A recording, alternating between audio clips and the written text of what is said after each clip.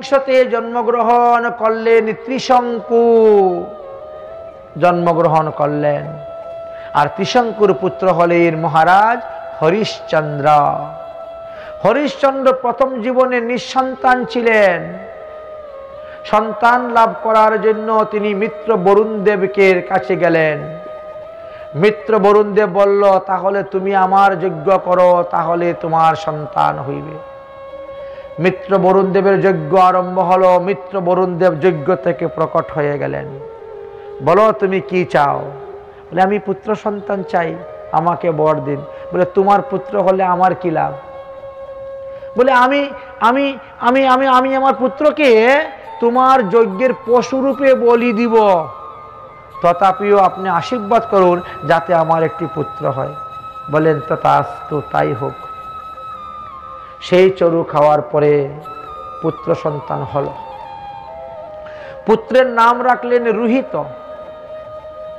এবার বরুণদেব এসে বলেন, তোমার পুত্র হয়ে গেছে, পুত্রকে বলি দাও, বলি দিয়ে আমার যজ্ঞ করো। এ তো যজ্ঞের পশু। মহারাজ আপনি তো জানেন আমরা ক্ষত্রিয়, ক্ষত্রিয়ের 12 দিনে অসুর সমাপ্ত হয়। অসুর অবস্থায় তো বলি দেওয়া যাবে না, যজ্ঞ করা যাবে না। তাহলে আপনি 12 দিন পরে আসুন, আমার ছেলেকে বলি দিয়ে আপনার নামে যজ্ঞ করব।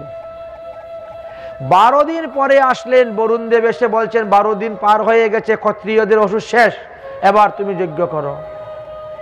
মহারাজ আপনি তো ভালোভাবেই জানেন যে যতদিন পর্যন্ত শিশুর দাঁত না উঠে ততদিন পর্যন্ত শিশু অপবিত্র, তাকে যজ্ঞের পশুরূপে বলি দেওয়া যায় না। অতএব আপনি 6 মাস পরে আসুন, ছেলের অন্নপ্রাশন হয়ে যাবে, দাঁত উঠবে তবে তো। ঠিক আছে। বরুণদেব চলে গেলেন। 6 মাস পরে বরুণদেব আসলেন, এই তোমার ছেলের দাঁত উঠেছে, এবার তুমি যজ্ঞ করো, বলি দাও তাকে। মহারাজ এটা তো দুধ দাঁত, দুধ দাঁত পরে গিয়ে যখন আসল দাঁত উঠবে তখন গিয়ে সে যজ্ঞের বলি দেওয়ার উপযুক্ত পশু হবে। তাহলে তাহলে কমসে কম 7-8 বছর, 5-6 বছর না গেলে তো ছেলে দাঁত পড়ে না, দাঁত পড়বে আবার দাঁত উঠবে। আচ্ছা ঠিক আছে। যখন রুহিতের বয়স 6-7 বছর হয়ে গেল, রুহিত তখন লোকের মুখে শুনতে পেলেন যে তোমার বাবা তোমাকে বলি দিয়ে মিত্র বরুণদেবের যজ্ঞ করবেন। তখন তার নিজের প্রাণ রক্ষা করার জন্য সে একদিন বাড়ি থেকে পালিয়ে গেছে। রুহিত বাড়ি থেকে পালিয়ে চলে গেলেন, ঘুর জঙ্গলে গিয়ে প্রবেশ করেছেন, কেউ ওনার সন্ধান পায় নাই। ঘোড়ার পিঠে বটে চাবুক মেরে এমন ভাবে পালিয়েছেন, কোনো খবর নেই। এদিকে এসে উপস্থিত হয়েছেন বরুণদেব। তুমি বলি দাও, তোমার পুত্রকে বলি দিয়ে যজ্ঞ। বলে আমার যজ্ঞের পশু তো পালিয়ে গেছে, তাকে খুঁজে পাচ্ছি না। তুমি এতদিন ধরে দিলে না কেন? মায়া, মায়ার কারণে একের পর এক নিয়ম দেখিয়ে দেখিয়ে সময় বর্ধিত করেছিলে। যাও, আমি তোমাকে অভিসম্পাদ দিলাম, তোমার উদর জলে পূর্ণ হয়ে যাও। জল ফুলে পেট ফুলে গেল, পেটে এত জল হয়ে গেল, উঠতে পারেন না, বসতে পারেন না, খাতে পারেন না, শুইতে পারেন না, এমন কষ্ট হচ্ছে। বেশ কিছু কাঠুরিয়া কাঠ কাটতে গিয়েছে, আর তারা হরিশ্চন্দ্র মহারাজের বিষয় নিয়ে আলোচনা করতেছে। আরে হরিশ্চন্দ্র মহারাজ তো মরে যাবে রে, পেট ফুলে গেছে, এই ঘটনা শুনতে পাচ্ছে রুহিত। ও তো লুকিয়ে আছিল জঙ্গলে।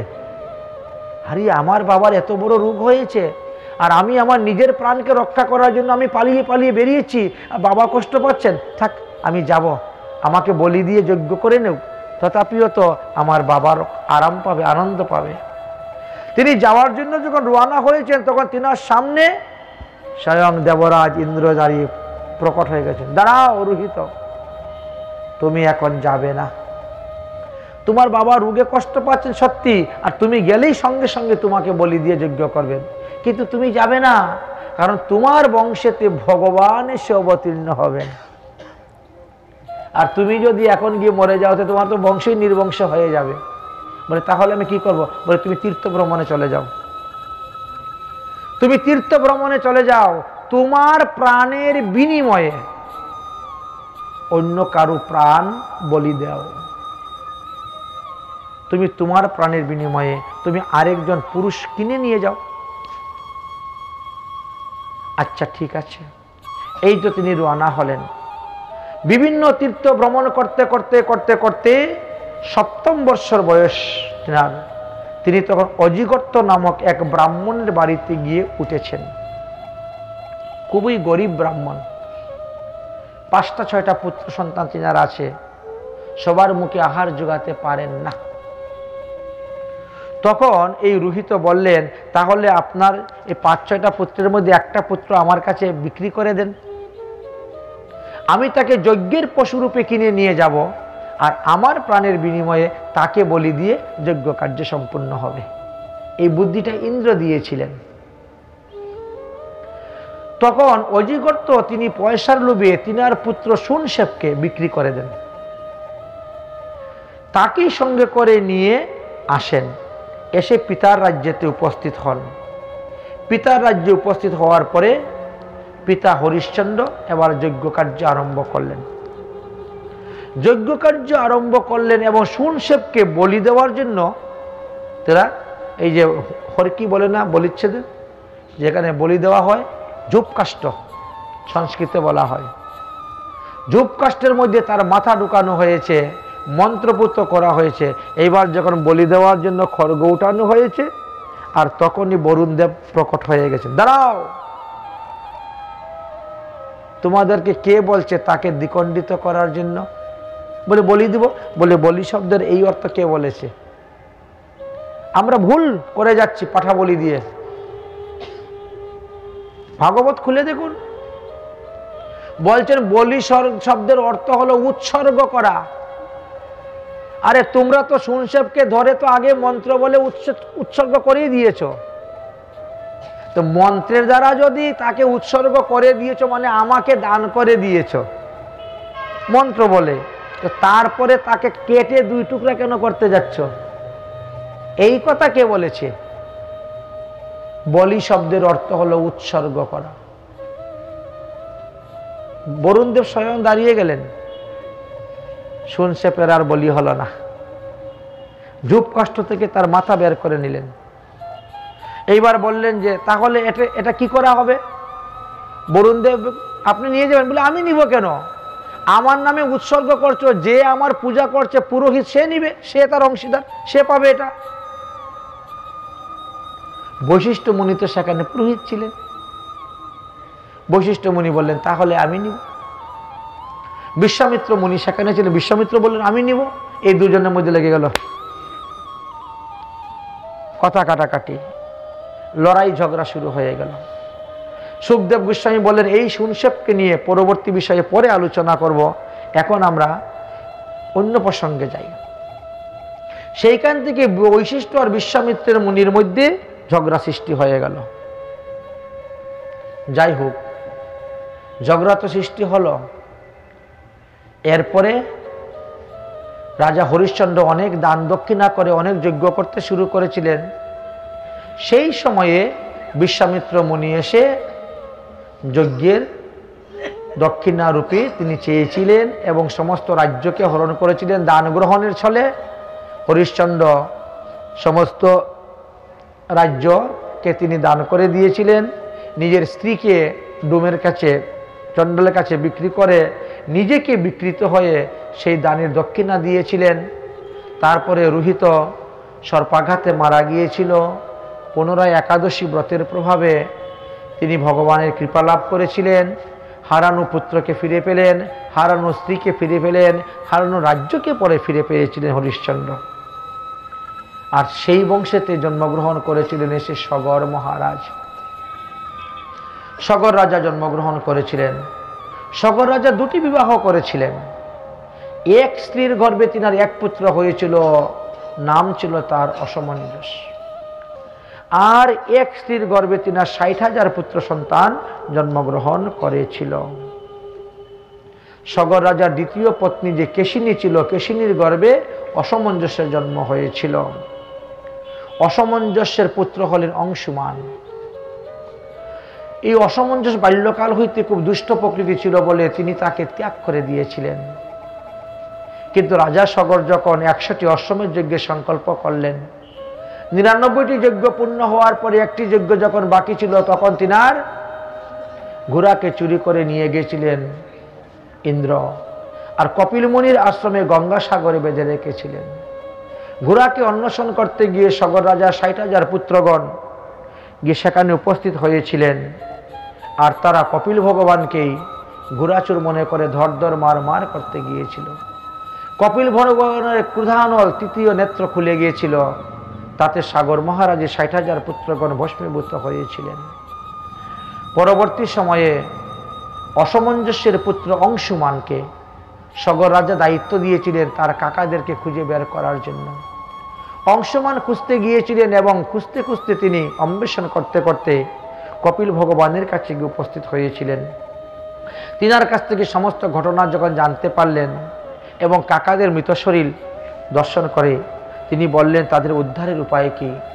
তখন কপিল ভগবান বললেন যে যাও, ব্রহ্মাকে তপস্যা করে সন্তুষ্ট করে ব্রহ্মার কমণ্ডল থেকে যদি গঙ্গাকে আনতে পারো, তাহলে সেই গঙ্গা জল স্পর্শেতে তোমার কাকারা সব উদ্ধার হয়ে যাবেন। অংশুমান এই কথা শ্রবণ করে তিনি আসলেন রাজধানীতে ফিরে এবং সগর মহারাজকে সমস্ত ঘটনা খুলে বললেন। সগর মহারাজ তখন কি করলেন, অসমঞ্জসকে রাজগদ্দির মধ্যে বদিয়ে দিয়ে তিনি চলে গেলেন তপস্যা করতে। তপস্যা করতে করতে মারা গেলেন, গঙ্গা আনতে পারলেন না। অসমঞ্জস অংশুমানকে রাজগদ্দিতে বসিয়ে দিয়ে তপস্যা করতে গেলেন, তিনিও মারা গেলেন, গঙ্গা আনতে পারলেন না। অসমঞ্জস্যের পুত্রের নাম ছিল দিলীপ। দিলীপকে তখন তিনি রাজগদ্দিতে বসিয়ে দিয়ে তপস্যা করতে গেলেন, তিনিও মারা গেলেন, গঙ্গা আনতে পারলেন না। এইভাবে 3 পুরুষ চেষ্টা করেও গঙ্গাকে আনতে পারলেন না। এবার দিলীপ মহারাজ চিন্তা করলেন যে সবাই বৃদ্ধকালে যাচ্ছে তপস্যা করে গঙ্গা আনয়ন করার জন্য, এই জন্য গঙ্গা আনতে পারছে না, আমি যৌবনেই যাব। তাই তিনি বিবাহ করলেন, আর বিবাহ করে স্ত্রীর উপরে রাজ্যভার অর্পণ করে দিয়ে তিনি চলে গেলেন গঙ্গা আনয়ন করার জন্য। কিন্তু সেখানে গিয়ে তিনিও মারা গেলেন, গঙ্গাকে আনতে পারলেন না। 4 পুরুষগত হয়ে গেল, কেউ গঙ্গাকে আনতে পারলেন না তপস্যা করে। এবার বংশই নির্বংশ হয়ে গেছে সগর রাজার, কি করা যায়? এমন সময় আকাশবাণী হলো যে ভোগে ভোগে তোমরা মিলন কর, মানে 2 স্ত্রী, দিলীপ রাজার 2 স্ত্রী ছিলেন, তোমাদের মিলনের মাধ্যমে 1 স্ত্রী গর্ভবতী হবে। আর সেইভাবেই হয়েছিলেন গর্ভবতী।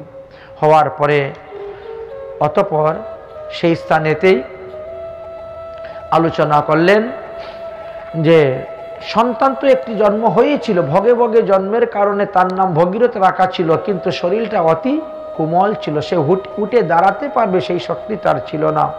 আকাশবাণী অনুসারে তারা 3 রাস্তার মুখে রেখেছিলেন। অষ্টবক্ত্র মুনির অভিশাপে আশীর্বাদ রূপে পরিণত হয়েছিল এবং ভগীরথ মদনমোহন কলেবর প্রাপ্ত হয়েছিলেন এবং তিনি যুবরাজ অবস্থাতেই চিন্তা করলেন আমি গঙ্গা আরাধনা করতে যাব। তাই গঙ্গা লাভ করার জন্য তিনি সর্বপ্রথমে তিনি দেবরাজ ইন্দ্রের আরাধনা করেছিলেন। দেবরাজ ইন্দ্রের আরাধনা করে তিনার কাছে সাহায্য চেয়েছেন, আপনি যদি আমি কোনো বিপদে পড়ি আপনি আমাকে সাহায্য করবেন। তারপরে তিনি রওনা হয়েছিলেন, মহাদেবের তপস্যা করেছিলেন। মহাদেবের তপস্যা করে মহাদেবকে সন্তুষ্ট করে বললেন যদি আমি কখনো কোনো বিপদে পড়ি আপনি আমাকে সাহায্য করবেন। তারপরে তিনি ব্রহ্মাকে তপস্যা করতে গেলেন। ব্রহ্মার তপস্যা করে ব্রহ্মাকে সন্তুষ্ট করলেন এবং ব্রহ্মাকে সন্তুষ্ট করার পরে তারপরে গঙ্গার আরাধনা করলেন। গঙ্গার আরাধনা করে গঙ্গাকে সন্তুষ্ট করে ব্রহ্মার কমণ্ডল থেকে গঙ্গাকে যখন নিয়ে আসবেন তখন গঙ্গা বলছেন আমার পৃথিবী বেগকে ধারণ করবে। আমি যদি ব্রহ্মলোক থেকে সরাসরি পৃথিবীর মধ্যে পড়ি তাহলে তোমার এই পৃথিবী আমার বেগ ধারণ করতে পারবে না, আমি রসাতলে চলে যাব, এতে তোমার কোনো লাভ হবে না, তোমার গোষ্ঠীর লোক কেউ উদ্ধার হবে না। তাহলে কি করা যায়? তখন ভগীরথ মহাদেবের কাছে গেলেন। মহাদেবকে গিয়ে বলেন তাহলে এইবার আপনি আমার উপকার করুন, এই গঙ্গার বেগ আপনি ধারণ করুন। তখন মহাদেব জটার মধ্যে গঙ্গার বেগ ধারণ করলেন, কারণ গঙ্গা তো ভগবানের চরণামৃত, মহাদেব পরম বৈষ্ণব, তাই চরণামৃত মস্তকে ধারণ করবেন, এটা আনন্দের কথা, তাই তিনি গঙ্গাকে ধারণ করেছেন। গঙ্গার জল যত বৃদ্ধি পাচ্ছে তিনার মস্তকের জটা তত বৃদ্ধি পাচ্ছে। এইভাবে শেষ পর্যন্ত ভগীরথের প্রার্থনায় একটা মাত্র জটা ছিঁড়ে দিয়েছেন, আর তার থেকেই গঙ্গা বেরিয়েছেন। গঙ্গা বেরিয়ে ব্রহ্মলোকে পড়েছিলেন। সেখান থেকে ব্রহ্মার গৃহের চতুর্দিকে 4টি ধারা নিয়ে এসেছেন। গঙ্গার 4 ধারার কথা বর্ণন করা আছে।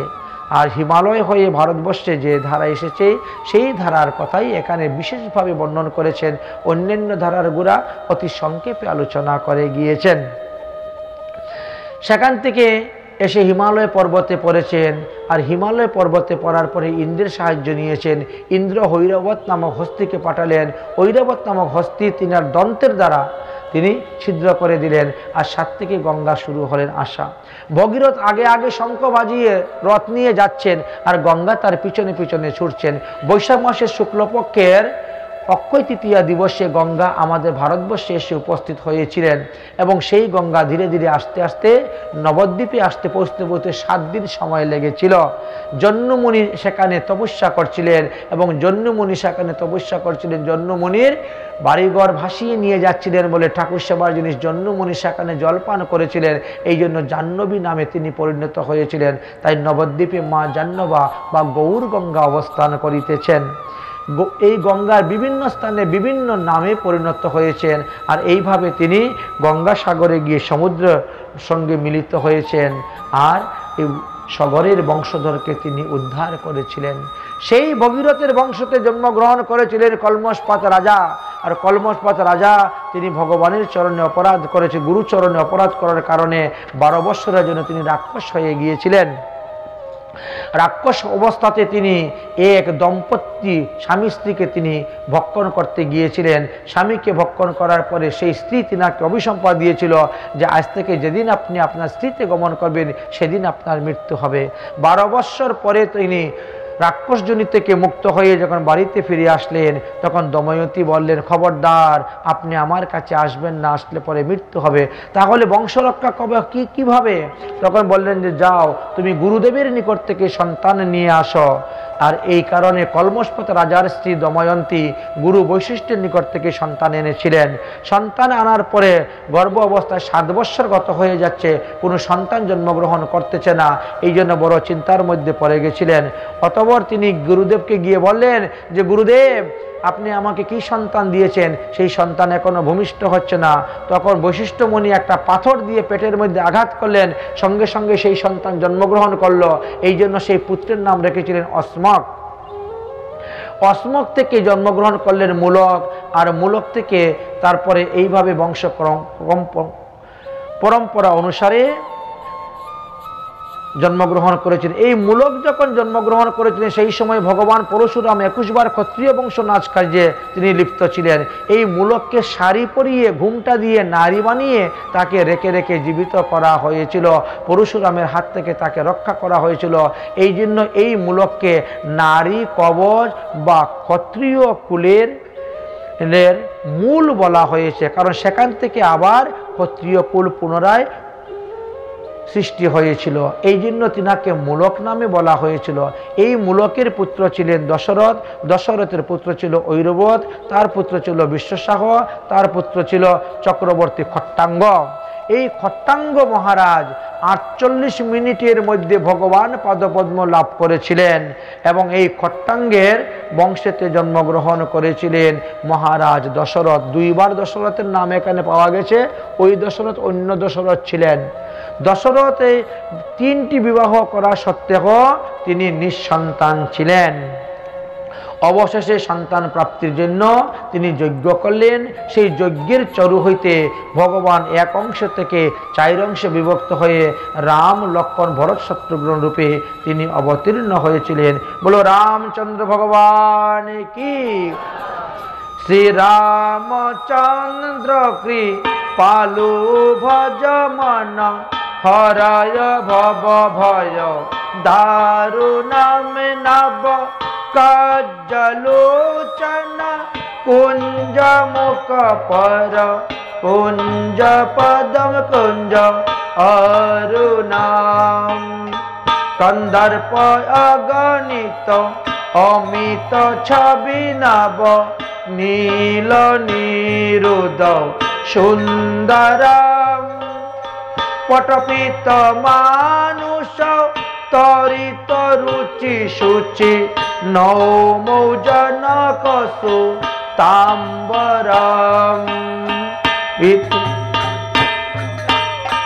ভজ দীন বন্ধু দীনেশ দানব দৈত্য বংশনি স্কন্দনম রঘুনন্দনন্দন কৌশল চন্দ্র দশরথ নন্দনম শিরে মকুট কুণ্ডল তিলক চারু দার অঙ্গন ভূষণম আজানু ভুজ শর চাপধর সংগ্রাম জিত কর দূষণম ইতি বদতি তুলসীদাস শঙ্কর শশীমন রঞ্জনম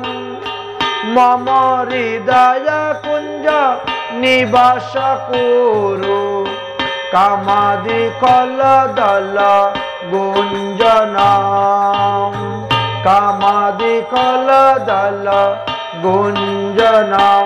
बोलो सियापति रामचंद्र भगवान की। चैत्रमासी नवमांशं जातं रामो स्वयं हरि पुष्य नक्षत्र सवृक्षं युक्तं सातिथिं सर्वकामदा सद्वं मध्याह्न संयुक्तं महापुण्य महाद्भवेद्। चैत्रमासी शुक्लपक्षे नवमं पुनर्वसु नक्षत्रम्।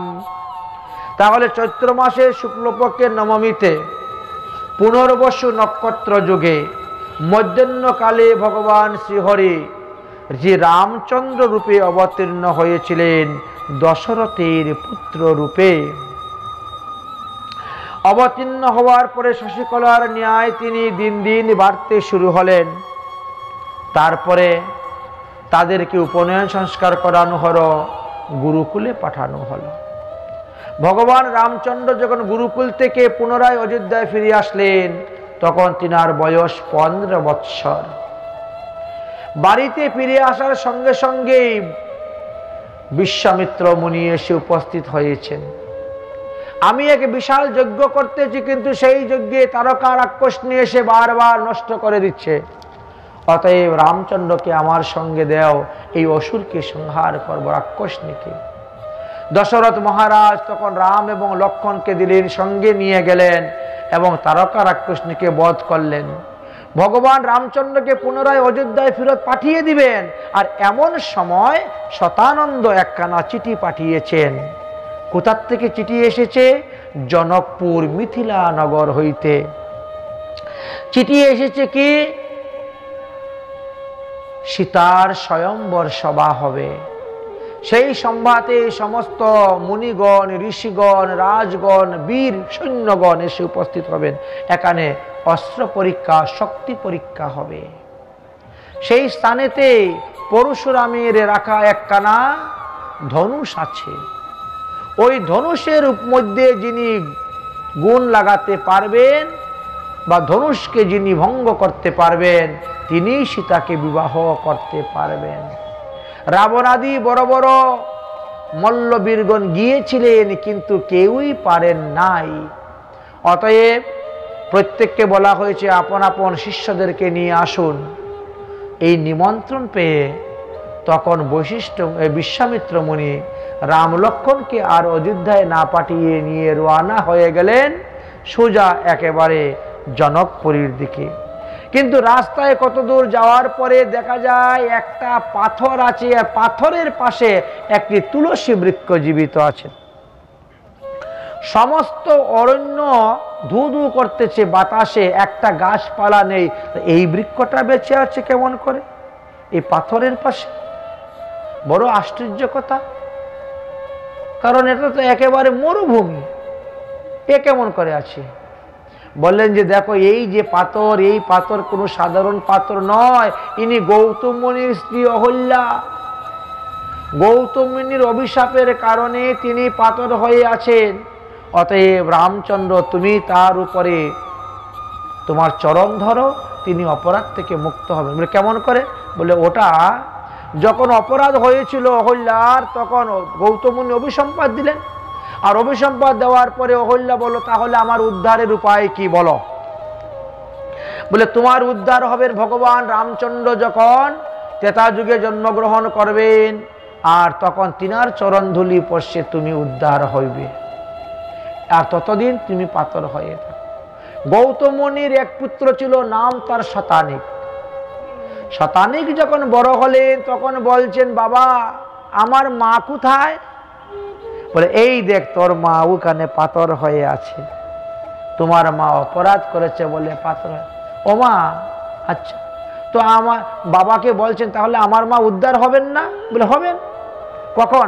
বলে এখন তো সত্যযুগ চলতেছে, সত্যযুগের পরে আসবে দাপর যুগ, দাপর যুগের পরে আসবে ত্রেতা যুগ, আর সেই ত্রেতা যুগে ভগবান রামচন্দ্র অবতীর্ণ হইবেন, আর তিনার চরণ স্পর্শে তোমার মা উদ্ধার হইবে।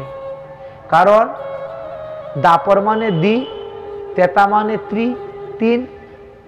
এই জন্য সত্য, দাপর, ত্রেতা, কলি এইভাবে ছিল আগে। আগের হিসাবটা কিন্তু ওইভাবে ছিল। সত্য যুগের নাম ছিল কৃত্য যুগ। দেখবেন আপনারা গ্রন্থের বিভিন্ন স্থানে কৃত্য, কৃত্যে দাপরে তেতায়াম শ্লোক আছে। সত্য যুগের পরে দাপর যুগ, তারপরে ত্রেতা যুগ, তারপরে কলিযুগ। শতানন্দ বলছে তাহলে এতদিন পর্যন্ত আমার মা পাষাণ হয়ে থাকবে? সত্য যুগের পরে ত্রেতা যুগ আসতে হবে, সত্যের পরে দাপর না। সত্য যুগের পরে ত্রেতা, তারপরে দাপর আসবে। বলে এটা কি সম্ভব? ব্রহ্মার যেটা সংবিধান, বলে অসম্ভবকে সম্ভব করবো আমি তপস্যার দ্বারা। এই তো শতানন্দ ব্রহ্মার তপস্যা করতে বসে গেলেন। তপস্যা করতে করতে ব্রহ্মাকে সন্তুষ্ট হলেন। ব্রহ্মা বলে কি বর চাও? বলে সত্য যুগের পরে ত্রেতা যুগ আসবে, এটাই আমি চাই। বলে কেন? বলে আমার মা এতদিন পাষাণ হয়ে থাকবে কেন? রামচন্দ্র অবতীর্ণ হবে, আমার মা উদ্ধার হয়ে যাবে। ঠিক আছে, তথাস্তু। সেই থেকে আবার পরিবর্তন হয়ে গেল। এই জন্য সত্য, ত্রেতা, দাপর, কলি আমরা এখন পাচ্ছি। ভগবান রামচন্দ্র বলছেন সর্বনাশ, এই রকম একজন ব্রাহ্মণ পত্নীর মাথার মধ্যে আমি পা দিব, এটা কখনো সম্ভব না, এটা হয় না। ভগবান ব্রাহ্মণের মর্যাদা দিতে জানেন। গু ব্রাহ্মণ হিতায় আছ, তিনি কেমন করে একজন ব্রাহ্মণ পত্নীর মাথায় পা দিবেন? তখন কি করলেন? পবন এত জুড়ে বায়ু দিল, ভগবান রামচন্দ্রের চরণ তল থেকে বায়ু দিয়ে বাতাসে সেই ধুলি নিয়ে সেই পাথরের উপরে ফেলে দিল। এমনি তিনি মানুষ হয়ে গেলেন, পাষাণ থেকে মুক্ত হয়ে গেলেন। গিয়ে উপস্থিত হলেন ভগবান রামচন্দ্র। উপস্থিত হওয়ার পরে সেখানে হরধনু ভঙ্গর সমাজ। যখন ভগবান রামচন্দ্র বলতে গিয়ে উপস্থিত হয়েছে, তখন ধনুষ দুই হাত জোর করতেছে, মূর্তিমান হয়ে গেছে, কেউ দেখতে পাচ্ছে না, ভগবান রামচন্দ্র দেখতে পাচ্ছেন। ধনুষ দুই হাত মূর্তিমান হয়ে বলে, প্রভু আপনি এসেছেন, আপনার হাতে তো আমি ভেঙ্গেই যাব, তবে ভাঙ্গার আগে আমাকে দুটা বর দেন না প্রভু। বলে কি বর? বলে এই যুগে আমি তো আপনার হাতে ভাঙব, পরযুগের জন্যও যেন আমি আপনার হাতেই থাকি। আপনি যতবার পৃথিবীতে লীলা করতে আসবেন, আমি যেন আপনার দর্শন স্পর্শন লাভ করতে পারি। ভগবান রামচন্দ্র বলছেন তথাস্তু। এই যুগে আমি তোমাকে ধনুষ রূপে নিয়ে সমস্ত অসুরদেরকে বধ করব, সর্বদা তুমি আমার হাতেই থাকবে। তারপর যুগে আমি যখন কৃষ্ণচন্দ্র রূপে জন্মগ্রহণ করব, তখন হবে তুমি আমার বাসী, সর্বদা আমার কাছে থাকবে, বাসী রূপে তুমি আমার অধরামৃত পান করবে। আর তারপর জন্মে কলিযুগে যখন আমি গৌরাঙ্গ মহাপ্রভু হব, তখন আমি সন্ন্যাস নিয়ে তোমাকে বাঁশের লাঠি হাতে করে নিয়ে যাব, সন্ন্যাস দণ্ডা। এই বর দিয়েছিলেন ভগবান। এই জন্য বাঁশ কিন্তু অতি পবিত্র বস্তু। বাঁশ বেণুবৃক্ষ, এটা যজ্ঞকুণ্ড থেকে উঠেছিলেন। ব্রহ্মা যজ্ঞ করতে, সেই যজ্ঞকুণ্ড থেকে বাঁশের উৎপত্তি হয়েছে। এই জন্য বিয়ে বাড়ি, শ্রাদ্ধ বাড়ি, পৈতা বাড়ি, বাঁশের সঙ্গে যোগাযোগ আছে 12 মাস। বাঁশ ছাড়া গতি নাই। আবার কেউ কিছু করলে বলে বাহ বাঁশ দিয়েছে রে, এও আর সমস্যা। ওটা আবার নিন্দার ছলে হয়ে যায়। বুঝতে হবে কোথায় কোথায় কি। যাই হোক, ভগবান রামচন্দ্র হরধনু ভঙ্গ করলেন, সীতাকে বিবাহ করলেন। এবার চলে আসবেন বাড়িতে, কিন্তু জনক রাজা মেয়ের প্রতি এত স্নেহ, না না না না, এখন যাওয়া যাবে না। হরধনু ভঙ্গ করার পরে খালি মালা বদল হয়েছে, এখনো বৈদিক বিধি অনুসারে বিয়ে হয় নাই। বিয়ে কিন্তু অনেক প্রকারের আছে, রাক্ষস বিধানে বিবাহ, বৈদিক বিধানে বিবাহ, গন্ধর্ব বিধানে বিবাহ। এখন বৈদিক বিধি অনুসারে বিবাহ করতে গেলে দশরথ মহারাজে আসতে হবে, বাবাকে আনতে হবে। ঠিক আছে, নিমন্ত্রণ দেওয়া হলো। দশরথ মহারাজ সমস্ত বরযাত্রীকে নিয়ে রওনা হয়েছেন, জনকপুরে গিয়ে উপস্থিত হয়েছেন। আচ্ছা, লক্ষণ গিয়েছে, লক্ষণ তো আগে ছিলেন, ভরত শত্রুঘ্ন গিয়েছেন। সেইখানে আলাপ আলোচনা করতে করতে এখন দিন ধার্য করে একদিনই 4 ভাইয়ের বিয়ের ব্যবস্থা হয়ে গেছে। সীতা দেবীর তো কাকাত্ম বোন, জ্যাঠাত্ম বোন, মামাত্ম বোনের তো আছে, অভাব নেই, বলে সবগুলো একসঙ্গে আমরা বিয়ে হয়ে যাক। এই জন্য রাম লক্ষণ ভরত শত্রুঘ্ন বিবাহ করলেন এখানে 4 জনই। বিয়ে পড়ার পরে 6 মাস জনকপুরে শ্বশুর বাড়িতে প্রতিদিন স্বর্ণ থালায় অন্ন ভোজন। একবার যে থালায় খাওয়া হবে সেই থালা ফেলে দাও, আবার নতুন থালা নিয়ে আসো, স্বর্ণের থালা। আর আমরা তো এখন স্টিলের থালাই ফেলি না, কাগজের 1 টাইম গ্লাসটা আবার ধুয়ে রেখে দিই, যাক আর পরে জল পাবো না। আর ওরা স্বর্ণের থালা ফেলে দিতেন একবার, স্বর্ণের থালা, রূপার গ্লাস, রূপার বাটি, একবার খেচ্ছেন ফেলে দিচ্ছেন। পরবর্তী সময়ে এইগুলো এনে মরুত রাজা যজ্ঞ করেছিলেন জানা যায়। তো যাই হোক, এইভাবে 6 মাস গেল।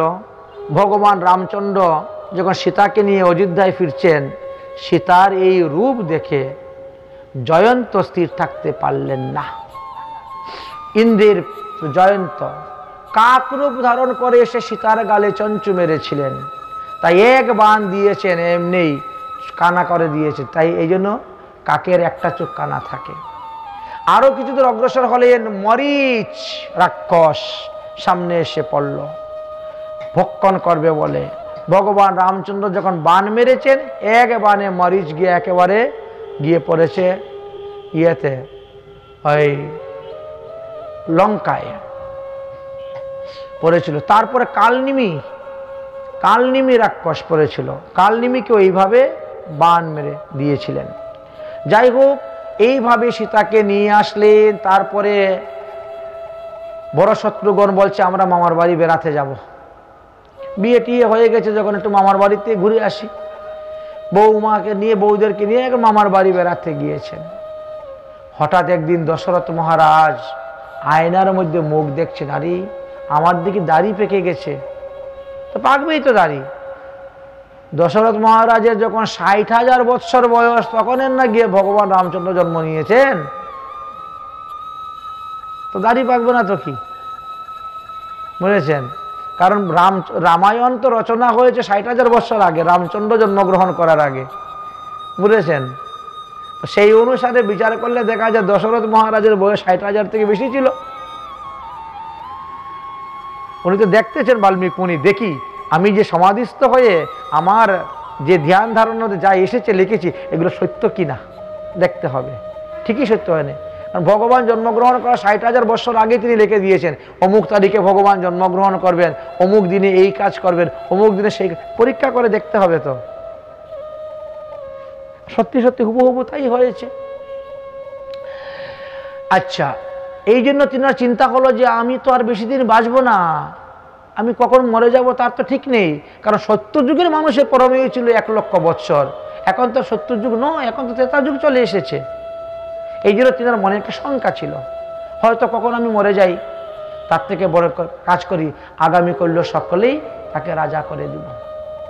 ঘোষণা করে দিয়েছেন রামচন্দ্রকে রাজা করবেন। সমস্ত দেবতারা চিন্তা করছে সর্বনাশ হয়েছে, ভগবান রামচন্দ্র যদি অযোধ্যা রাজা হয়ে বসে থাকেন, তাহলে এত পাপি তাপি অসুরগণকে কে বধ করবে, রাক্ষসগুলাকে কে সংহার করবে? অতএব যেন তেন প্রকারেণ যেভাবেই হোক রামচন্দ্রকে রাজা করা যাবে না, তার একটা চক্রান্ত করতে হবে। কাকে দিয়ে করাবেন, কাকে দিয়ে করাবেন? তখন সরস্বতী দেবীর উপরে ভার দেওয়া হলো, তুমি যার কণ্ঠে বসবে সেই তো সেই রকম কথা বলবে। সরস্বতী দেবী কণ্ঠে বসে ভালো কথাও বলার, খারাপ কথাও বলার। সরস্বতী এসে বসলেন মন্থরার কণ্ঠে।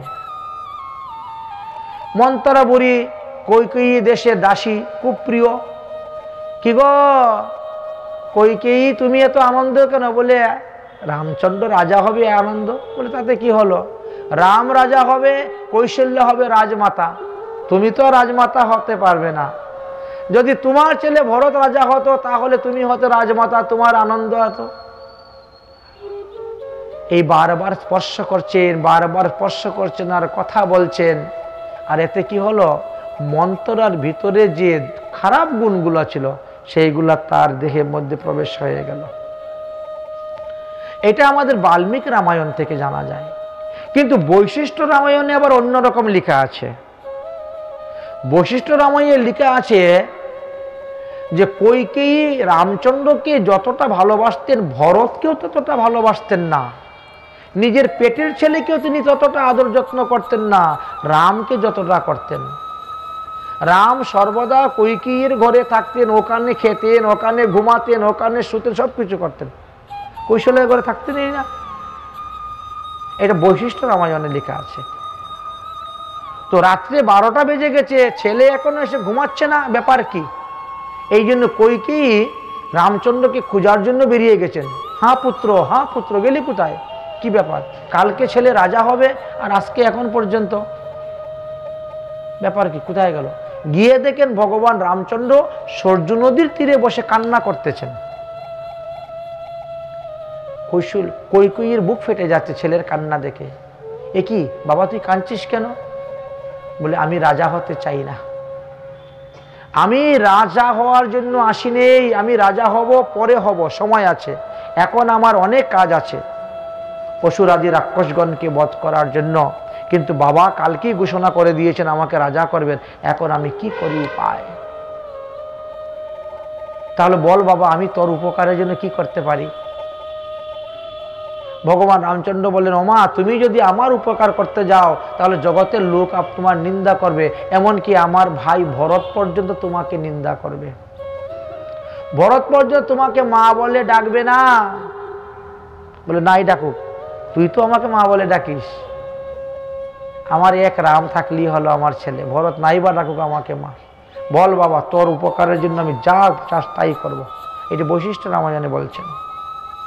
তখন বলছেন, মা তাহলে যেভাবেই হোক কালকে তুমি আমাকে বনে পাঠাও, আমাকে কালকে বনে চলে যেতে হবে, আমার অনেক কাজ আছে, আমি এখন রাজা হব না।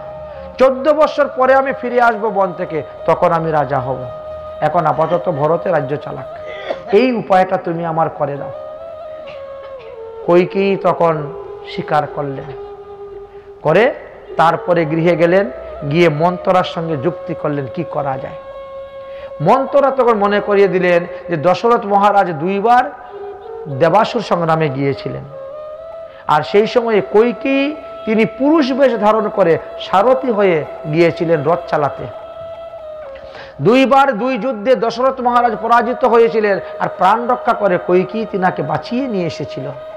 এই জন্য কৈকেয়ীকে বর দিয়েছিলেন, বর তুমি আমার কাছে বর চাও। বলে এখন না পরে চাইবো, এখন না পরে চাইবো। সেই 2 বর তোমার রয়েছে, এইবার তুমি সেই সুযোগ বলো যে এক বরে ভরতের দেহ সিংহাসন, অন্য বরে রামচন্দ্রকে পাঠাও কানন। দশরথ মহারাজের কাছে যখন এই প্রস্তাব পড়ল, দশরথ মহারাজ বললেন, কৈকেয়ী ভরতকে সিংহাসন দিতে আমার বিন্দুমাত্র দুঃখ নেই, কিন্তু রামচন্দ্রকে বনে পাঠাতে পারবো না। বারবার নিষেধ করা সত্ত্বেও তিনি মানলেন না, তাই করতে হবে।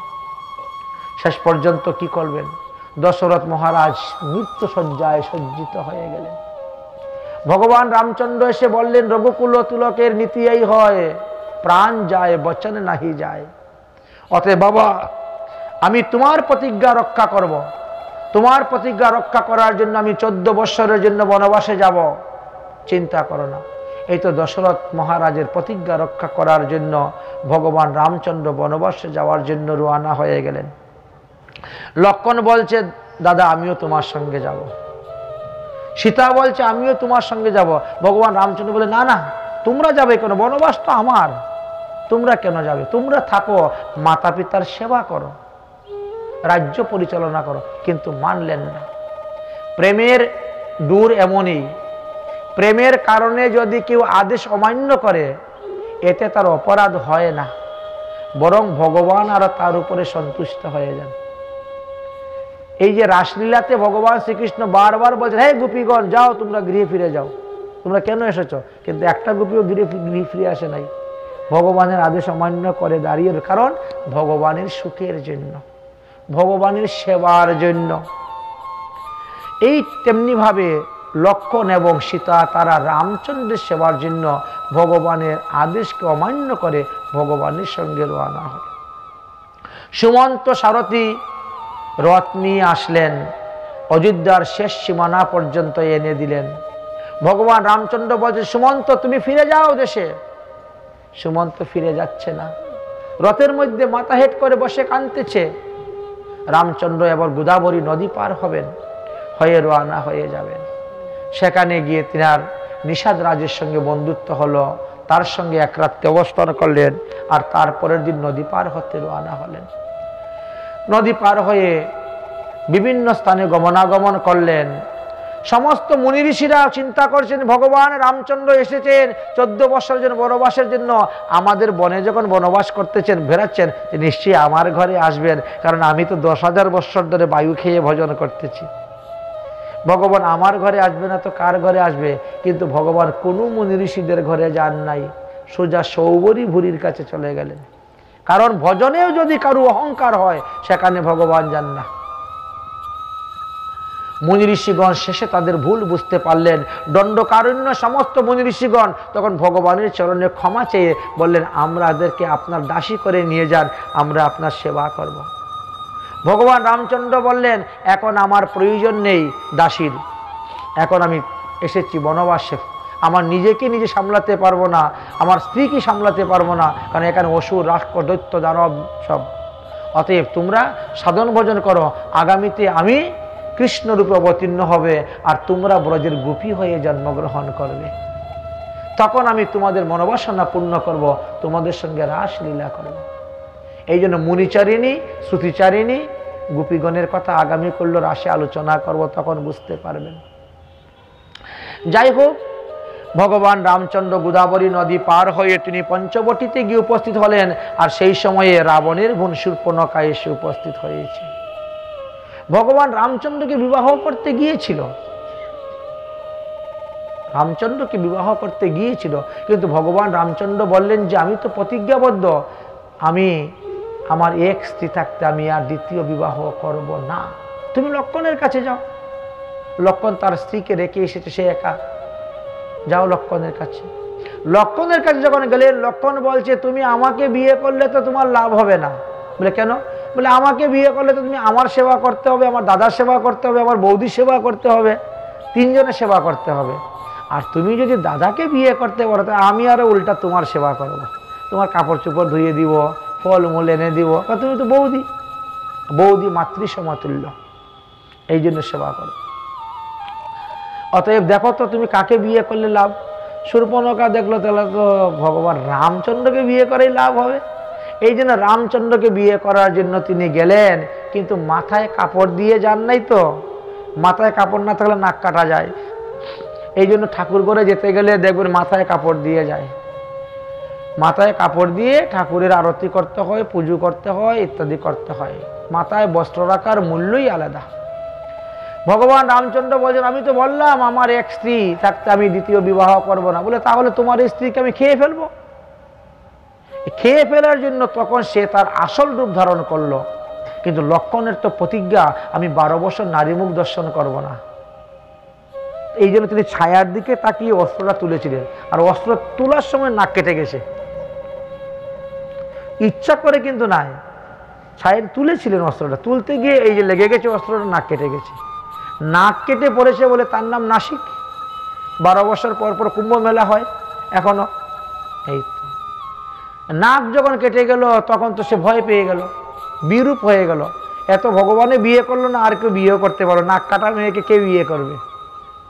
দেখেন কি অবস্থা। এখন সেই নাক কাটা নিয়ে খরদূষণের কাছে গেল। খরদূষণ ২৭,০০০ সৈন্য নিয়ে এসেছিলেন যুদ্ধ করতে, ভগবান রামচন্দ্র নিমিষের মধ্যে মেরে দিয়েছেন। সেই সংবাদ গিয়ে সে রাবণের কাছে গিয়ে দিল। রাবণের কাছে সংবাদ দিল, রাবণকে মিথ্যে প্রবচনা কথা বলল, আমি সুন্দরী রমণী দেখে তোমার জন্য তুলে নিয়ে আসতে গিয়েছিলাম, তখন তাদের সঙ্গে যুদ্ধ হয়েছে, আমার নাক কেটেছে ইত্যাদি। কিন্তু তিনি তিনার বোনের কথা বিশ্বাস করে তিনি আসলেন। মরিচকে বললেন যে মরিচ যাও, তুমি গিয়ে সুন্দর মৃগরূপ ধারণ করো। মরিচ বলছে না না, রামচন্দ্র বিয়ে করে সীতাকে নিয়ে যাওয়ার সময় আমি রাস্তায় দাঁড়িয়েছিলাম, এক বাণে আমাকে লঙ্কায় ফেলেছে, আমি জানি রামের শক্তি কতটুক, আমি যাব না, তুমি না গেলে আমি তোমাকে এখন সংহার করব। তখন মরিচ চিন্তা করলো যে রাবণের হাত থেকে মরার চাইতে রামের হাতে মরা ভালো, কারণ রাবণের হাতে মরলে অসুরজনী থেকে মুক্তি পাবো না, কিন্তু রামের হাতে মরলে পরে মুক্তি পাবো। এই জন্য তিনি গিয়েছিলেন। কিন্তু ভগবান রামচন্দ্র জানেন সমস্ত ঘটনা, এই জন্য রাত্রিবেলায় তিনি কি করেছেন, অগ্নিদেবকে আহ্বান করেছেন। অগ্নি এসেছেন, অগ্নিদেব তুমি আমার আসল সীতা তোমার কাছে রাখো, আর নকল সীতা আমাকে দাও, কালকে রাবণ আসবে চুরি করতে।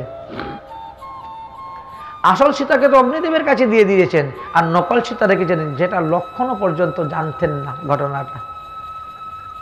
পরের দিন সকালে যখন সীতা পুষ্প চয়ন করতে গিয়েছেন, আর তখনই স্বর্ণ মৃগ দর্শন করতে পেরেছেন। ওগো আমাকে এই হরিণটা ধরে দাও না। হরিণ ধরতে গিয়ে তো ভগবান রামচন্দ্র অনেক দূর চলে গেছেন। তারপরে ভগবান রামচন্দ্র বুঝতে পারলেন যে এ সাধারণ হরিণ নয়, এর মায়াবীর। বাণ মারলেন, বাণ বুকে পড়ে গেল, হরিণ রূপ ত্যাগ করে রাক্ষস রূপ ধারণ করলো। মনে মনে চিন্তা করলো, এতদিন রাবণের অন্ন খেয়েছি, তার নুন খেয়েছি, যে গন্ত যাওয়ার সময় একটু তার উপকার করে যাই। এই জন্য রামচন্দ্রের কণ্ঠস্বরকে নকল করে চিৎকার করতে শুরু করলো, ভাই লক্ষণ তুমি কোথায় আসো, সমস্ত রাক্ষসরা ঘিরে আমাকে মেরে ফেলতেছে। সেই শব্দটা নকল সীতার কানে এসে পৌঁছিল। নকল সীতা বলছে, যাও যাও, তোমার ভাই বিপদে পড়েছে, যাও তাকে রক্ষা করতে এসো। লক্ষণ বলছে, আমার ভাইকে কেউ মারতে পারবে না, আমার ভাই স্বয়ং ভগবান, তাকে মারবে কে? আরে ওসব আমি বুঝি না, তুমি যাও, বিপদে পড়ছে, তাকে বিপদ থেকে উদ্ধার করো। না না, আমি যাব না তোমাকে ছেড়ে, তোমাকে রক্ষা, আমাকে রক্ষা করতে হবে না, তুমি তোমার ভাইকে রক্ষা করতে যাও, তুমি এখানে বসে আছো কেন? শেষে নাকি তিনি একটা কথা বলেছিলেন, সেটা পুরো মারাত্মক কথা, যে তোমার এক ভাই নিয়েছে রাজ্য, আর তুমি কি আমাকে নিতে চাও? কারণ অন্যান্য যুগে দেবরের দ্বারা সন্তান উৎপত্তি করার বিধান ছিল। স্বামী মারা গেলে আবার দেবরের সঙ্গে বিবাহ হয়ে যেত, ছিল এটা প্রথা। স্বামীর দ্বারা সন্তান উৎপাদন না হলে দেবরের দ্বারা সন্তান উৎপাদন হতো, কিন্তু কলিযুগের জন্য এটা সম্পূর্ণভাবে নিষিদ্ধ, এটা মহা অপরাধ, মহাপাপ। কলিযুগের ক্ষেত্রে এটা চলবে না। তো এই জন্য উনি যখন এই কথা বলছেন, তখন লক্ষণের খুব আঘাত লাগলো, এত বড় কথা আমাকে বলছেন। তখন তিনি ওই মন্ত্রপুত করে দাগ দিলেন যে এই দাগের বাইরে তুমি যেও না, আমি যাচ্ছি ভাইকে রক্ষা করার জন্য। দাগের বাইরে যেও না বলে তখন তিনি গিয়েছেন ভাইকে রক্ষা করতে, আর ইত্যবসরে রাবণ এসে গেছেন, সাধু বেশ ধারণ করে এসেছেন, ভিক্ষাং দেহি। সীতা দেখলেন যে না, দাগের বাইরে পা দেওয়া যাবে না, এখানে আসো বাবা, সাধু বাবা নিয়ে যাও। বলছে আমি তো বসে গেছি, এবার আমি আর উঠবো না, তুমি এসে উঠে দিয়ে যাও, না দিলে তোমার স্বামীর অমঙ্গল হবে। সীতার মনে ভয়, স্বামীর মঙ্গল তো সবাই চায়, এই জন্য তিনি গণ্ডির বাইরে চলে এসেছেন। কিন্তু রাবণ চিন্তা করলো, আমি যদি সাধু বেশে সীতাকে হরণ করে নিয়ে যাই, তাহলে সাধুদের নামে কলঙ্ক হবে। আসার সময় তিনি সাধু বেশে এসেছিলেন, ভিক্ষাটাও চেয়েছেন সাধু বেশে, কিন্তু সীতাকে যখন হরণ করলেন তখন সাধু বেশ ত্যাগ করে তিনি তিনার রাক্ষস বেশি ধারণ করলেন, করে সীতাকে ধরলেন, আর ধরে তিনার পুষ্প বিমানের মধ্যে তুলে নিলেন। আকাশমার্গে বিমান নিয়ে রওনা হয়ে গেলেন। সীতা পালিয়ে যাওয়ার কোনো উপায় নেই বলে এক একটা আভূষণ তিনি ফেলতে শুরু করলেন, যাতে পরিচয় পাওয়া যায় আমি এই রাস্তা দিয়ে গিয়েছি। সামনে যাওয়ার পরে জটায়ু পক্ষীর সঙ্গে দেখা। জটায়ু পক্ষী ছিলেন দশরথ মহারাজের প্রিয় বন্ধু। এই জন্য জটায়ু পক্ষী চিন্তা করলেন, আমার বন্ধুর ছেলের বউকে নিয়ে চলে যাচ্ছে, আমি তাকে রক্ষা করব। যুদ্ধ করতে গিয়ে ডানা কেটে পড়ে গেলেন তিনিও। রামচন্দ্র নিয়ে চলে যান। রাবণ সীতাকে নিয়ে চলে গেছেন। এই সীতার চিৎকার হনুমানের কানেও গিয়েছিল, কারণ হনুমান তখন ঋষ্যমূল পর্বতে ছিলেন দক্ষিণ ভারতের। কিন্তু হনুমান ততটা লক্ষ্য করে কে কাকে নিয়ে যাচ্ছে, কে কান্না করতেছে, যাক আমি আমার হরিভজন করি। এই জন্য তিনি তিনার হরিভজনের মধ্যে লেগে আছেন, হরিভজনের মধ্যে লেগে আছে। কে কার কি হচ্ছে, কে চিৎকার করছে, কে কার স্ত্রী নিয়ে যাচ্ছে, ওসব আমার দেখার দরকার নেই, আমার ভজন করি আমি। এই যে তিনি তিনার ভজনে ছিলেন। রাম লক্ষ্মণ যখন গৃহে ফিরে আসলেন তখন দেখেন যে সীতা নেই, ফলমূল চাল পড়ে আছে, সীতা হরণ হয়ে গেছে, কেউ না কেউ নিয়ে গেছে। সীতা সীতা করে ডাকতে ডাকতে কান্তে রোয়ানা শুরু করেছেন, বনের মধ্যে খুঁজতেছেন। ভগবান জেনে শুনে অভিনয় করতেছেন যাতে লক্ষ্মণ কিছুতেই না বুঝে যে নকল সীতা হরণ হয়েছে, এই জন্য অভিনয় করছেন। এদিকে মহাদেব পার্বতী দিব্য বিমান যুগে তারা যাচ্ছে। মহাদেব আর পার্বতী কৈলাস পর্বতে যাচ্ছে। পার্বতী বলছেন, ওগো দেখো দেখো আমাদের প্রভু দেখেন কিভাবে কান্না করতেছেন। ওগো তোমার শিষ্য রাবণ আমার প্রভুর স্ত্রী সীতাকে হরণ করে নিয়ে গেছে, এটা তো হয় না। এক কাজ করো, আমি সীতার রূপ ধারণ করে প্রভুর কাছে যাব, গিয়ে প্রভুকে আদর আপ্যায়ন ভালোবাসা দিব, আর ততক্ষণে তুমি গিয়ে লঙ্কার থেকে রাবণকে হাত থেকে সীতা দেবীকে নিয়ে আসো। ততক্ষণ আমি সীতারূপ ধারণ করে থাকবো ওনার কাছে। আমরা এইভাবে প্রভুর আনন্দ বর্ধন করি, চলো। মহাদেব বলছেন, ঠিক আছে তাহলে যাও তুমি সীতারূপ ধারণ করে। পার্বতী দেবী সীতারূপ ধারণ করেছেন, করে ফুল তোলার যে সাজি হাতে নিয়ে, এই তো আমি এখানেই আছি, আপনারা এত চেঁচাচেঁচি করে আমাকে খোঁজাখুঁজি করছেন কেন? লক্ষ্মণ তো বড় সন্তুষ্ট, পাওয়া গিয়েছে তাহলে। কিন্তু ভগবান রামচন্দ্র বলছেন, এ কি জগদম্বা মা উমা, তুমি কেন সীতার রূপ ধারণ করেছ? যেই বলছেন এমনি লজ্জায় সীতারূপ ত্যাগ করে দৌড়ে পালিয়েছেন মহাদেবের কাছে। মহাদেবের কাছে গিয়েছেন, মহাদেব বলছে, খবরদার তুমি আর আমার বামে বসবে না। ওমা কেন? তুমি না আমার প্রভুর স্ত্রীর রূপ ধারণ করতে করেছ, তুমি আমার প্রভুর স্ত্রী রূপ ধারণ করে তুমি আমার প্রভুর সেবা করতে গিয়েছ, অতএব তুমি আর আমার বামে বসার যোগ্য নেই। আজকে থেকে তুমি আর আমার বামে বসবে না, তুমি আর আমি আজকে থেকে আর একা সামনে বসা যাবে না। এই জন্য মহাদেব একা থাকেন। মহাদেব মন্দিরে গেলে দেখবেন মহাদেব একা বসে আছেন, কারণটাই হলো এটা। যার কারণে এই পার্বতী এই যুগমায়া অন্নপূর্ণা বা পূর্ণমাসী দেবী রূপে তিনি আসলেন দাপরে লীলা করার জন্য। সংকেত নামক স্থানেতে উনার আশ্রম আছে এখনো। যদি বৃন্দাবনে যান, নন্দগ্রাম আর বর্ষানার মধ্যবর্তী স্থান সংকেত, সেইখানে সেই পূর্ণমাসী দেবী অবস্থান করেন যুগমায়া। যাই হোক, এদিকে ভগবান রামচন্দ্র সীতাকে খুঁজতে খুঁজতে রওনা হয়ে জটায়ু পাখির সঙ্গে দেখা, সমস্ত ঘটনা শুনলেন, জটায়ুর অন্ত্যেষ্টিক্রিয়া করলেন, তারপরে আরও অগ্রসর হলেন। ঋষ্যমূল পর্বতে যাওয়ার পরে হনুমানের সঙ্গে সাক্ষাৎ হলো। হনুমান তিনাকে নিয়ে গেল সুগ্রীবের কাছে। সুগ্রীবের সঙ্গে বন্ধুত্ব করা হলো, বালিকে বধ করলেন এবং চতুর্দিকে বেরোলেন সীতাকে সন্ধানের জন্য। সীতা সন্ধানের জন্য হনুমানের কত আগ্রহ ছিল, কারণ আগে তো আমি জানতাম তাহলে তো রাবণে নিতে পারতো না।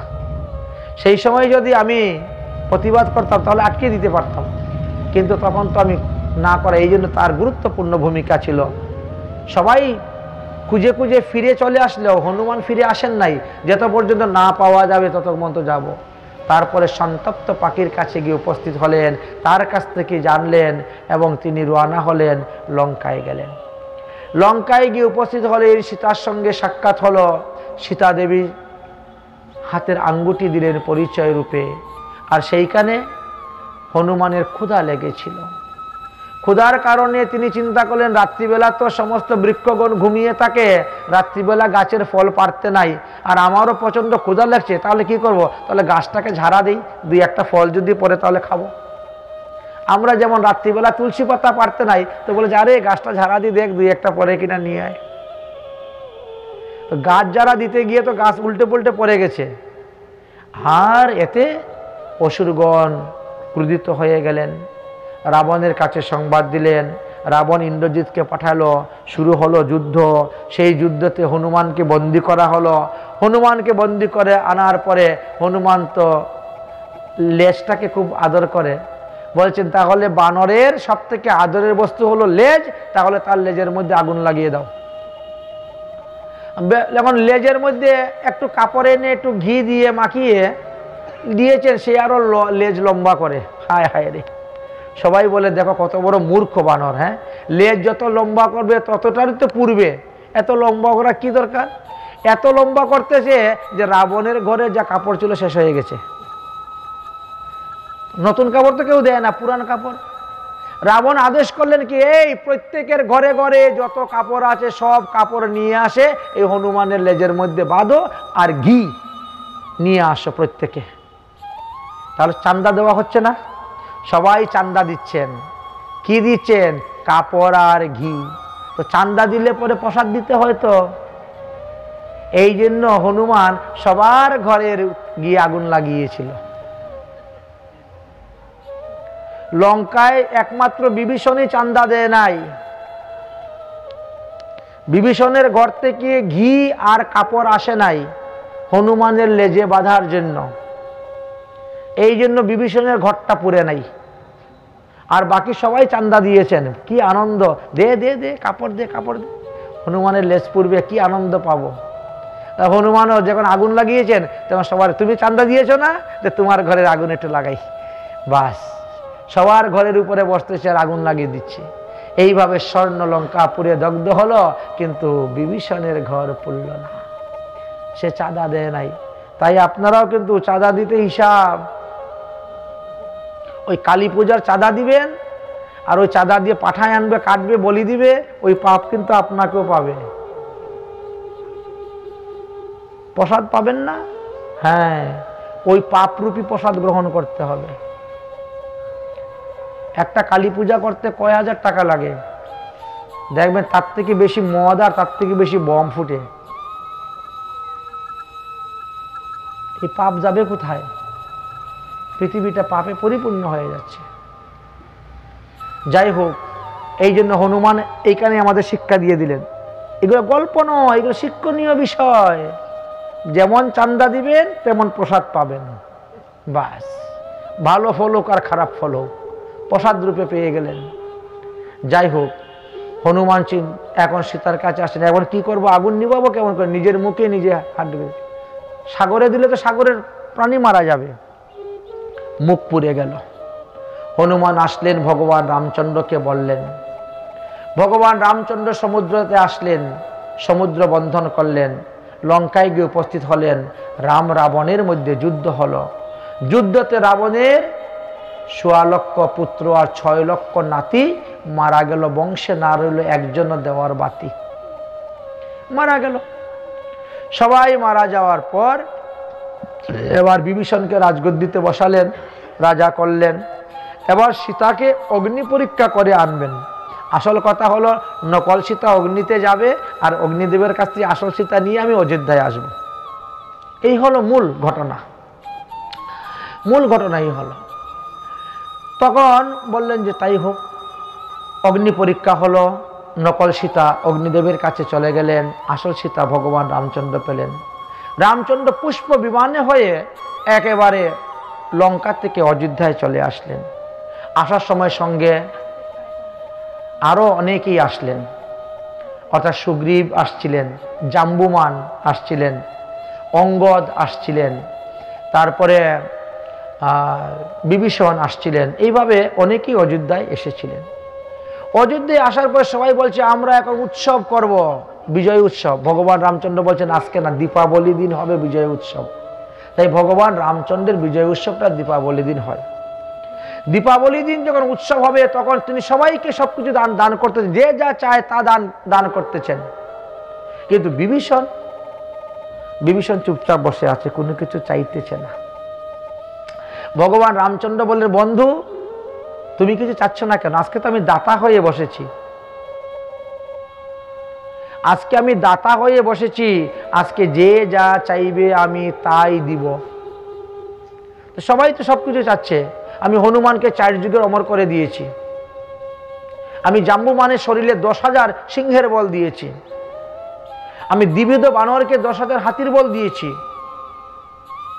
তো তুমি কেন কিছু চাচ্ছ না? তুমি কিছু চাও। বিভীষণ বলছেন, আমি যা চাইবো তা কি আপনি দিতে পারবেন? বলে, কেন? তুমি যা চাইবে তাই আমি দিব, তোমার সঙ্গে প্রতিজ্ঞা করলাম। তখন বলছেন, যদি দিতে হয় তাহলে আপনাদের কুল দেবতা রঙ্গনাথজিকে আমাকে দান করে দেন। সূর্যবংশের কুলদেবতা হলেন রঙ্গনাথ, রঙ্গনাথজি আমাকে দান করে দেন। একবারে বৈবিশ্বত মনু থেকে আরম্ভ করে এই রঙ্গনাথজির সেবা হয়ে আসতেছে অযোধ্যার কুলদেবতা রঙ্গনাথ। প্রতিদিন আরতি হয়, ভোগ হয়, প্রসাদ পান। সেই রঙ্গনাথজি আমাকে দান করে দেন। ভগবান রামচন্দ্র প্রতিজ্ঞাবদ্ধ, এই জন্য বিভীষণের কাছে রঙ্গনাথজি দান করে দেন। বিভীষণ তার আসরিক শক্তির দ্বারা রঙ্গনাথজিকে ধরে আকাশমার্গে উঠে যায়, উঠে রওনা হয়ে যায়, সে লঙ্কাতে চলে যাবে। কিন্তু দক্ষিণ ভারতে যখন গেল, যাওয়ার পরে কাবেরী নদীর টাপুতে যখন উপস্থিত হয়েছে, তখন রঙ্গনাথজি বিশ্বাম্বর মূর্তিতে ভারী হয়ে গেলেন। এমন বিশ্বাম্বর মূর্তিতে ভারী হয়েছেন যে বিভীষণ তার আসরিক শক্তির দ্বারা ভগবানকে তুলতে পারতেছে না, রেখে দিয়েছে। বারবার চেষ্টা করতেছে, তুলে নিয়ে যাবে লঙ্কায়, আর পারতেছে না। চরণে পরে ক্ষমা প্রার্থনা করতে শুরু করলো, প্রভু কি অপরাধ করেছি আমি, কেন তুমি আমার সঙ্গে লঙ্কায় যাচ্ছ না? রঙ্গনাথজি বলছেন, এই স্থান আমার ভালো লেগেছে, আমি এই স্থানেই থাকবো। তুমি এই স্থানে আমার মন্দির তৈরি করে দাও। তুমি তো অসুর, তুমি প্রতিদিন 10 বার আসা যাওয়া করতে পারো লঙ্কা। তুমি সময় মতো আসবে, আরতি করবে, ভোগ দিবে, আবার চলে যাবে, আবার আসবে, পূজা করবে, আরতি করবে, ভোগ দিবে, চলে যাবে, আবার আসবে। কিন্তু আমার ভারতবাসীরা, আমি যদি একবার লঙ্কায় চলে যাই, তাহলে ভারতবাসীরা তো গিয়ে আমাকে দেখা তাদের জন্য বিরল হয়ে যাবে। আর সেই সময় নৌকায় যেতে 6 মাস লাগে লঙ্কায়, কম ব্যাপার নাকি? এই জন্য আমি এই স্থানে আসব। তুমি তোমার আসলে শক্তি দ্বারা প্রতিদিন এসে সেবা পূজা করবে, আসবে। সেই থেকে রঙ্গনাথজি দক্ষিণ ভারতে থেকে যান। যাই হোক, ভগবান রামচন্দ্র সীতাকে নিয়ে রাজগদ্দিতে বসলেন, কিন্তু প্রজারা সন্তুষ্ট নয়, কারণ সীতা 5 মাসের গর্ভবতী। সীতার অপমান, সীতার নিন্দা, বদনাম করতে শুরু করলেন। ভগবান রামচন্দ্র ছদ্মবেশ ধারণ করে ঘুরে বেড়াইয়ে দেখলেন এই অবস্থা হচ্ছে। শেষে সীতাকে তিনি বনবাস দিতে বাধ্য হলেন। সীতার বনবাস হলো এই যে আমাদের কানপুর আছে, কানপুর থেকে 26 কিলোমিটার দূরে বিঠোর নামক স্থান আছে, সেই স্থানে সীতার বনবাস হয়েছিল। আজ অবধি সেখানে বাল্মীকি মুনির আশ্রম আছে, তপোবন। সীতার বনবাস হলো, সেখানে লবকুশের জন্ম হলো। লবকুশ শিক্ষা দীক্ষায় পারদর্শী হয়ে গেলেন। ভগবান রামচন্দ্র অশ্বমেধ যজ্ঞ করবেন, স্ত্রীর প্রয়োজন, স্বর্ণের সীতা তৈরি করলেন, ঘোড়া চাললেন, আর সেই ঘোড়া লবকুশ ধরল। তাকে নিমিত্ত করে যুদ্ধ হলো। সেই যুদ্ধে রাম, লক্ষ্মণ, ভরত, শত্রুঘ্ন সবাই পরাজিত হলেন। সুগ্রীব পর্যন্ত পরাজিত হলে, হনুমান পর্যন্ত বন্দী হয়েছিলেন। হনুমানকে বন্দী করে নিয়ে গেছে, সীতাকে দেখাচ্ছে, ওমা একটা বানর নিয়ে এসেছি। তখন সীতা চিনতে পারলেন, আরে হনুমান তুমি। সমস্ত ঘটনা যখন জানতে পারলেন, তখন বাল্মীকি মুনি তখন বললেন যে যাও, জিভ্রম বান থেকে তাদেরকে মুক্ত করো। পুনরায় রাম, লক্ষ্মণ, ভরত, শত্রুঘ্ন সুস্থ হয়েছিলেন। এইবার পিতা পুত্রের মিলন হলো। সীতাকে পুনরায় নিতে চেয়েছিলেন আবার অগ্নি পরীক্ষা করে, কিন্তু সীতা অগ্নি পরীক্ষাতে রাজি হলেন না। তিনি বললেন, মা পৃথিবী দেবী, আমি তোমার থেকে জন্ম দিয়েছি, তুমি আমাকে কুল দাও, আমি তোমার কুলে প্রবেশ করব। মাটি ফেটে গেল, পৃথিবী দেবী ভিতরে, মাটির ভিতরে সীতা দেবী প্রবেশ করতে গেলেন। ভগবান রামচন্দ্র দৌড়ে গিয়ে ধরতে গেলেন, মাথার চুল মুঠিয়ে ধরলেন, চুলটা হাতে রয়ে গেল, সীতা প্রবেশ হয়ে গেলেন।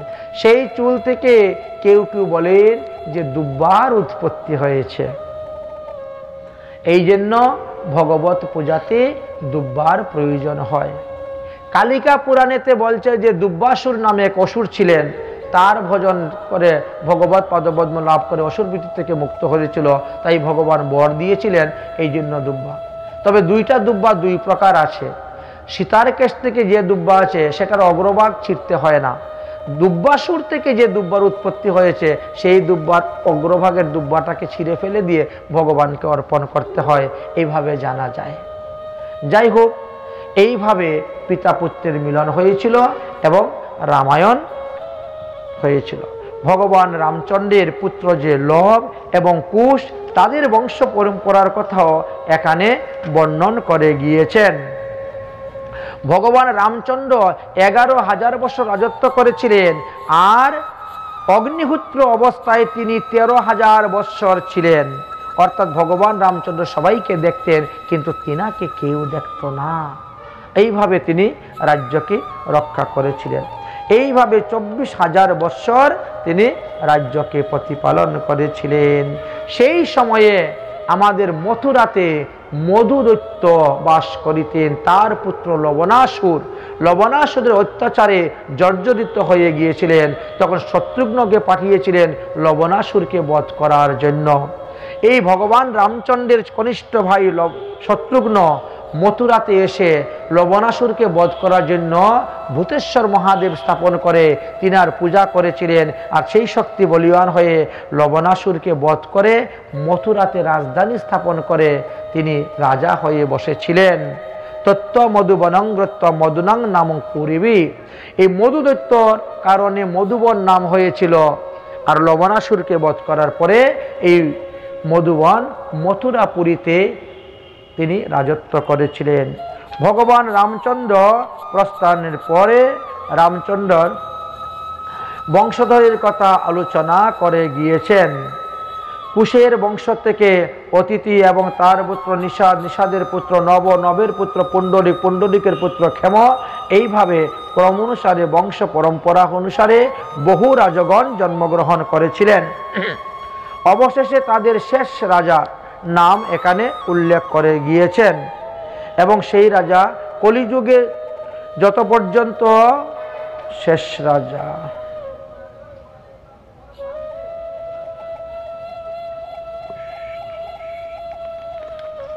মরু রাজা হলেন শেষ রাজা, এবং তিনি কালাপ গ্রামেতে অবস্থান করতেছেন। কলিযুগে যখন সূর্যবংশ একেবারে নষ্ট হয়ে যাবে তখন তিনি উঠে আবার সূর্যবংশ স্থাপন করবেন। সেই মরু রাজা তিনি কলাপ গ্রামেতে যুগ সাধনার দ্বারা সিদ্ধি লাভ করে তিনি অদৃশ্য অবস্থায় অবস্থান করিতেছেন, তাকে দেখা যাচ্ছে না।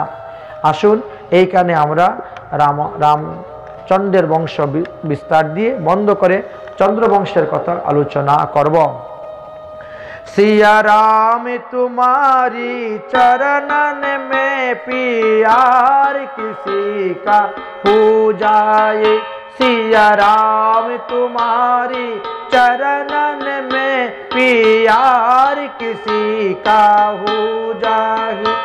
दो चारों की तो बात नहीं, संसार उसी का हो जाए, सिया राम तुम्हारी चरणन में प्यार किसी का हो जाए।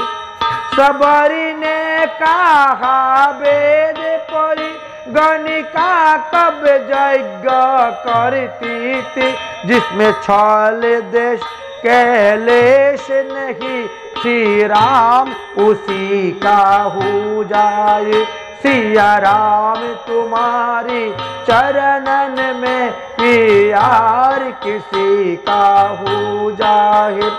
प्रहलाद तो छोटा बालक था पर प्यार किया परमेश्वर को। संसार को होकर क्या लेना देना, एक बार प्रभु का हो जाओ। सिया राम तुम्हारी चरणन में प्यार किसी का हो जाए। रावण ने प्रभु से बैर किया, अब तब चिता जलाते हो। वन भक्त विभीषण शरण पड़ा, घर द्वार उसी का हो जाए। सिया राम तुम्हारी चरणन में प्यार उसी का हो जाए। माया की दीवानी सुन लो ये, प्रेम दीवानी मीरा से। माया को दीवानी सीख लो ये, प्रेम दीवानी मीरा से।